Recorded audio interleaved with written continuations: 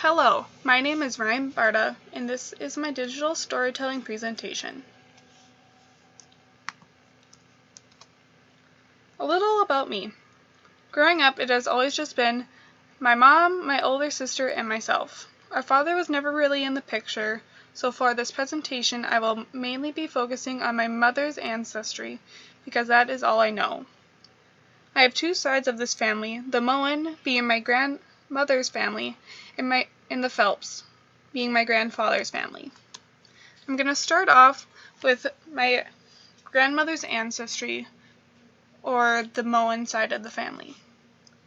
My great-grandma Harriet's family is originally from Ireland and Scotland, and they moved to Canada for a brief time before coming to the United States. My grandfather George is originally from Norway, and his family came to America for a better life. For the Phelps side of the family, I'm going to start off with my grandpa's mother, Lorraine. Both parents came from Norway at different times. Lorraine's father came over to the U.S. when he was 4 years old.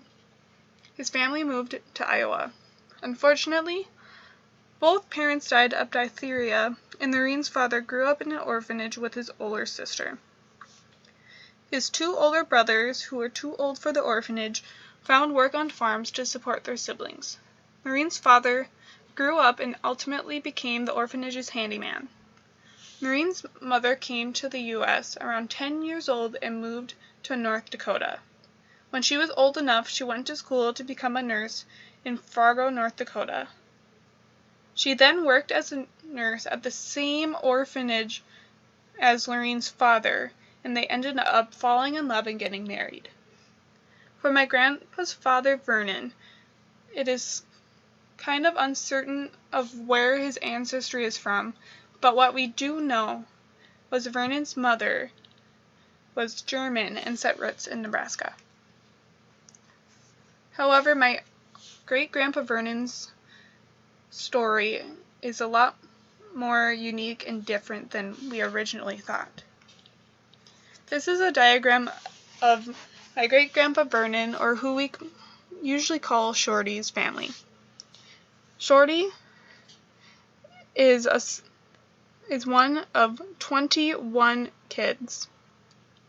The family was made up as one father who married his first wife, had 7 kids. I don't know what happened to the first wife, but I do know that the father then married Shorty's mother and had 13 more. Before this 13, Shorty's mother had a fling with another man and ended up having Shorty. So Shorty is not biologically related to the first 7, but is related by marriage. Between all 21 of these siblings, the oldest and the youngest have a difference of age of 50 years.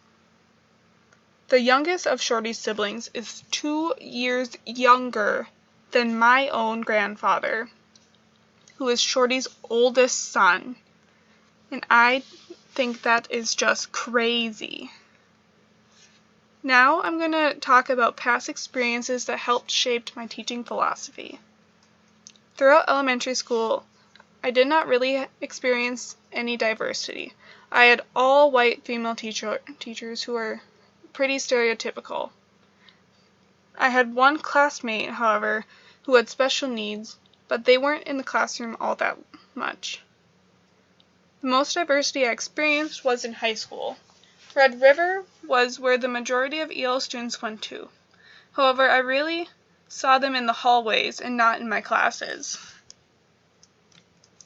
My teaching philosophy has changed over the years, and I believe that all students have the ability to learn. Some just need more support to conquer their barriers. These barriers can include not knowing and understanding English, while some students may have a hard time understanding math, which is okay. All students deserve to be treated equally and given the tools to succeed. That has been my digital storytelling presentation. Thank you for watching.